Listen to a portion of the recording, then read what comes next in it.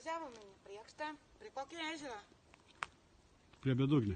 Prie Bedugnės. Ne, prie Balto ežero dabar čia gainasi. Prie Balto? Bedugnė buvo užimta. Tai padaryk, va taip parodyk ežerą.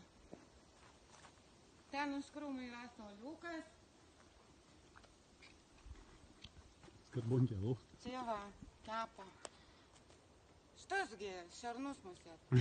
Šašlykus, nu tai. Šašlikus. Čia taip, Tai čia kokie šakos su. Jo, nu tai čia jos. Nu tokius didelius kepa. Čia jūrta padaryta. Iš miško gėrybių. Net pjūkliukas. Kaba. Staliukas va, Lietuvos vėliava. O čia kas? Supiniam musėt.